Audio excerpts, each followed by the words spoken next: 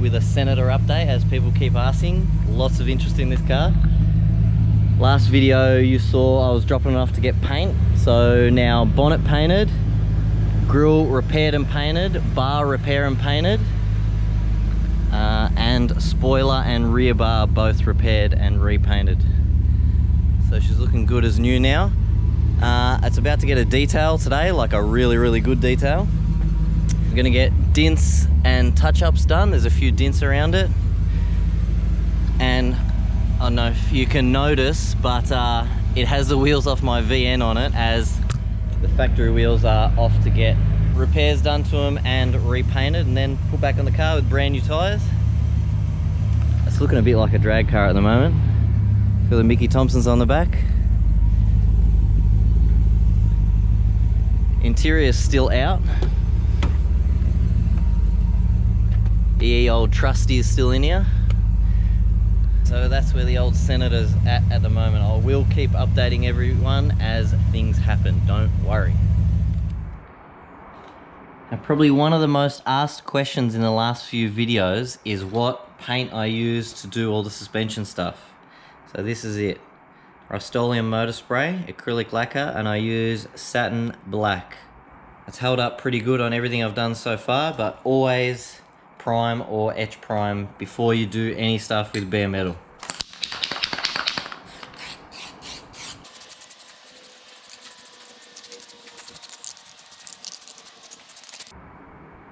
So a few minutes drying time with the hairdryer, which I'm not going to include in my fast-paced videos because the noise is horrendous when you speed it up with the hairdryer.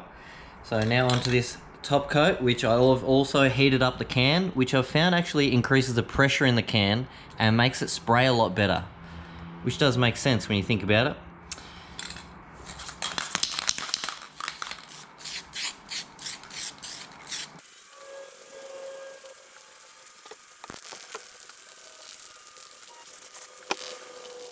Now, of course, halfway through, empty can, and these are actually really hard to find. Like, all my local super cheap autos never have these, so unfortunately I'm gonna have to wait till tomorrow till I can get another can. So I'm now back with, of course this guy has to start up his chainsaw right now. Okay, he's finished. So I'm back doing these. Unfortunately, I couldn't find that paint again. Nowhere. Repco, Burson's, super cheap auto, so I'm now using this. The reason I don't like switching paints halfway through is because you never know, they can react with each other and turn to shit. But this has come out alright. It's the same paint, like a thick, non-chip sort of acrylic satin black. So this stuff's alright. Next I'm going to move on to the shocks, but at the moment it is smoko time.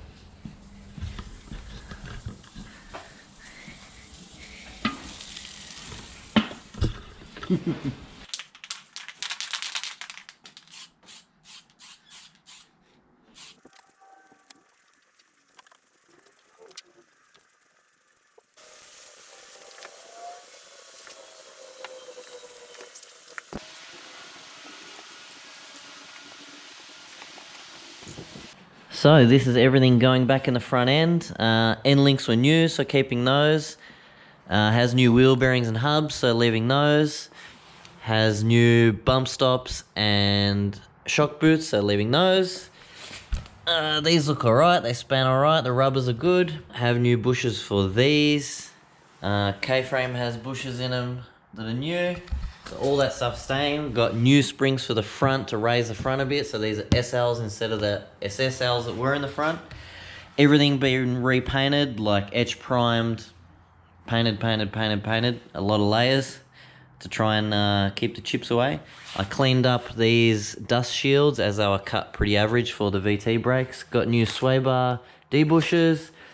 Only thing I haven't painted is the sway bar is still in the paint booth, aka the clothesline. I'm gonna take all this, this assembly and these to work tomorrow to use the spring compressor machine that we have on the wall at work to put these springs back in very easily. And then we'll start putting this all back in, nice and fresh.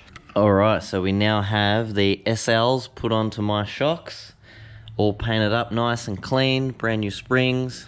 So So if you don't know, previously this had double SLs in the front, and I'm trying to get some more header clearance. So I thought I'll go up one. Still looks good. I actually like the look where it's a bit lower in the back.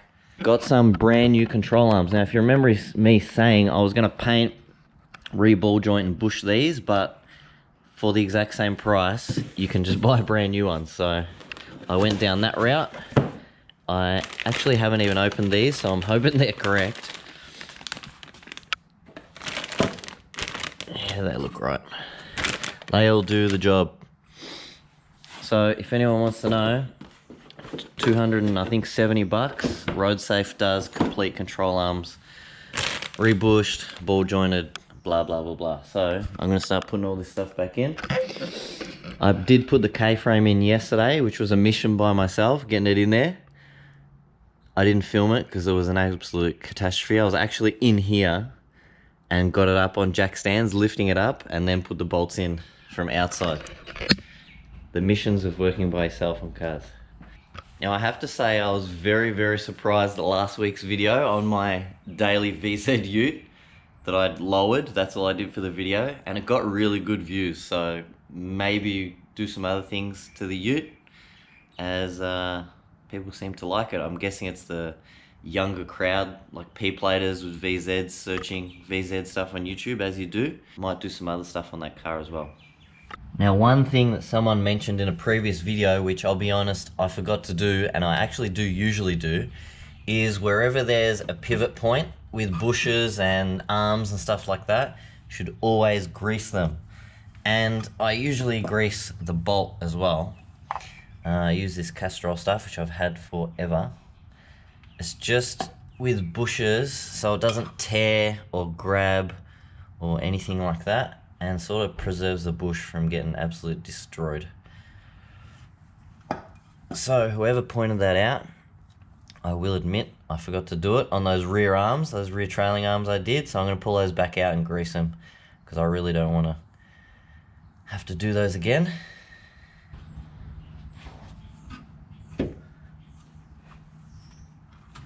All this stuff is just going back in loosely or hand tight, because I'm going to have to drop the whole front end back out again to put the motor in, as we're going to put it in from underneath with the motor already on the subframe, with the transmission, headers, everything together.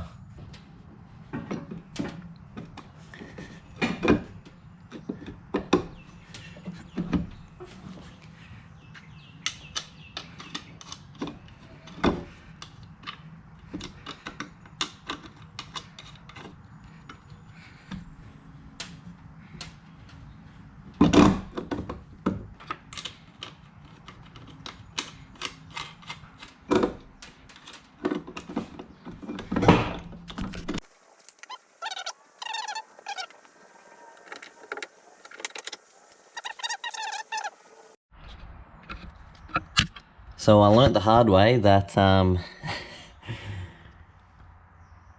this caster rod has to go in first, because if you try to put it in this stuff at the end, you can't get it in. So I had to pull everything back out, this arm in first, then the rest can all go in. So it's slowly coming back together, just brakes, steering rack, and this side will be done. Now with these rotors, there actually is, believe it or not, a left and a right. This is the driver's side one if you're from Australia. So the fins should point towards the back of the vehicle, which makes sense, as spinning this way, you want it to drag the heat out of the calipers and the pads and shoot it outwards. So if you had it on the wrong side, obviously that'd be facing this way and would be dragging heat in to the brake, defeating the purpose of having these in the first place. So this is a driver's side one.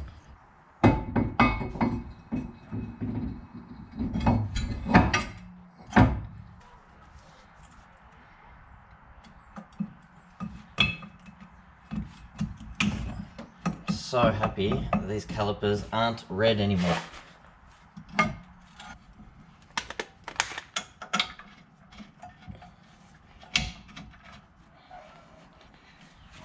And yes, I know I scratched down here putting the lower control arms on, but I can touch that up afterwards.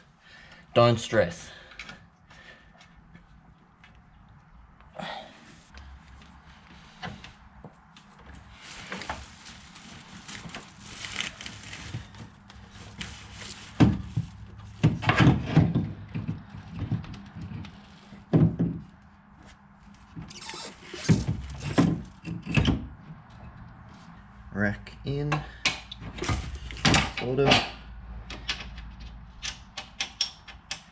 My girlfriend watching me through the window here.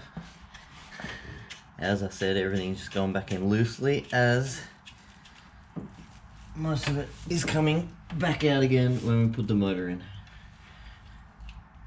I just want it all back in. One, so we can get on the trailer and steer it. Two, so all this shit isn't all over the floor in my garage, taking up space.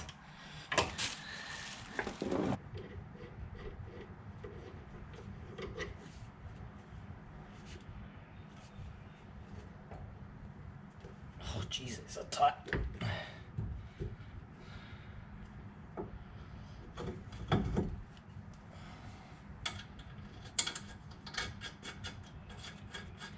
So that is it. Driver's side all together. No more red calipers. Pretty damn happy with all that. Looks amazing. I need to go over that corner. I didn't paint underneath the K-frame as you jack from it, you know, tow from it. So there's sort of no point painting underneath. I just did the top so you can see it from the engine bay. Did a couple of touch-ups that I scratched.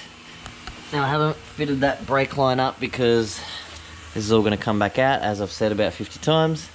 And there's no point painting the front of the disc, as soon as you put the wheel on, it destroys it anyway. So that's this side done. I'll put the wheel back on, and I'll just fast track the other side. You don't need to see me doing the exact same thing 2 times over. So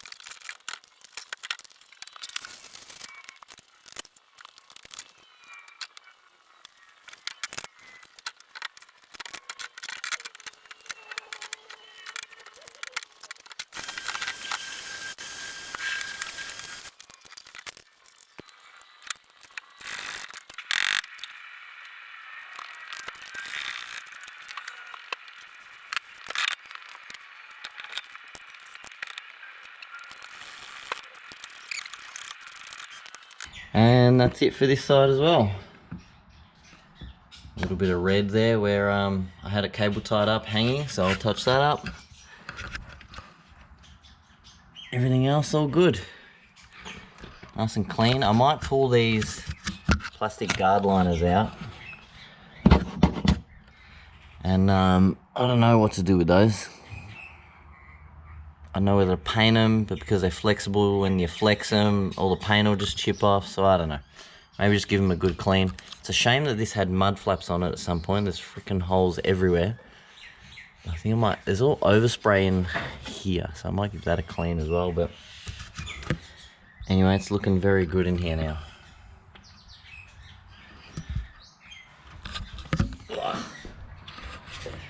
So I reckon that's going to be it for this video. Thank God that cleared a whole heap of shit out from down here.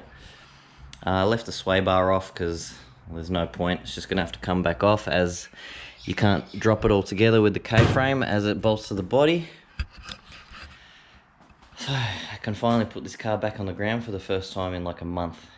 And I'm hoping next week, or possibly the week after, I'm going to have the engine back so we can start doing stuff on that. I won't physically go back in the engine bay for a while because I want to put it in together with the transmission, and that is still sitting here. Haven't had that built,